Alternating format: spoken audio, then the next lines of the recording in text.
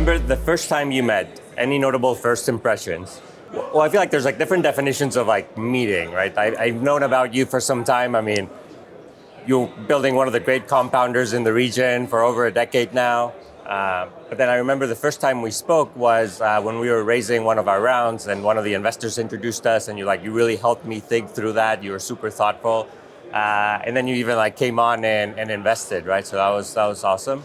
And then I think in person, the first time that we met was in Porto Alegre at another conference. And then, since then, it's blossomed into more of a friendship, and I really value your input.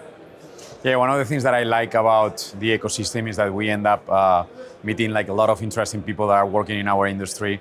And the guys from Kasek are always like introducing like new people in the industry to me, and people that is related to fintech. It's great to get to know you at that point. And as you mentioned, I mean, you get to know one story, you realize that it's someone with tremendous talent, and there is like with a lot of stamina to jump into the game, so you just jump into it. So that was amazing to meet you there. So what's a non-tech skill or hobby that helps you in your roles? I'm gonna start. 15 years ago, I started, or 20 years ago almost, I started running just to get in shape. So I started like running shorter distances, then got into longer and longer.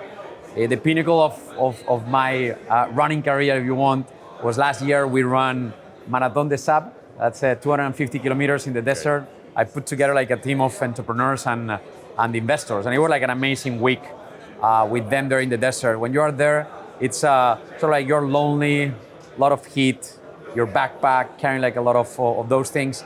And I think that creates like the type of thing that you need in when you're raising a business, is that resilience, that ability to abstract yourself from everything, just focus on what really matters, on what you really care about. I mean, I remember when you were training for that and talking about it a lot. I do love spending time also with my family, with my husband, our dog. We do racket sports together. That's always been fun. And I would say something that I really like too is like going to the beach, for example. Beach helps put me in a great place. I mean, just thinking about kind of like the coming and going of waves, and then having done that for really billions of years at this point, I think it just helps give a sense of perspective. Also, I guess like stargazing in that sense. When you go out there and you look at the universe, it makes a lot of like the day-to-day problems come into like sharper context. Focus. Sometimes in your life, you just need to go back to the basics and just remind yourself of who you are, why you are there, I love that, what's your past, and so on. It's pretty interesting. What was the hardest decision you made in the early days of your business or of your role? So I'm gonna start. I launched the business back in 2012. I was a newbie, no experience in building a business. Not a lot of mentors, I think, at that point. And we started with a marketplace business working with banks. And for 2 years, 3 years almost, that was the only thing that we were doing. It was like a business model. We were getting like a fee by the banks and so on. All our revenues are based on that.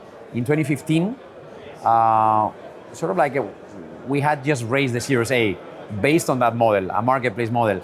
And I realized that was going nowhere. It was never going to be like a meaningful business. It could be profitable, it could be interesting, it could be like a decent size, but it would never be like a business that would change the world. And so I decided with a lot of discussions, but it was like a very clear decision. We're going to move away from this. We're going to cut the relationship with the banks. We're going to be doing that by ourselves. We're going to partner with investors, with fixed income investors, and I'm going to get the banks out from the equation. We want to compete against them and so on. It was a bit of chaos at the beginning, and probably you got through a couple of years of a lot of turmoil. Even some of the investors were like questioning, whether that was the right decision or not. You're going to become more like a asset heavy versus asset light. But ultimately, it allowed us to really focus on the main problem, which was the customer needed like better prices, better experience, and so on. And there was no way of doing that by partnering with other people.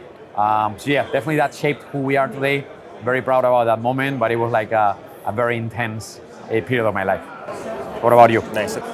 So I mean, I think one of the biggest challenges or difficult decisions that we had to make early on was deciding to go multi-country quite early in our history.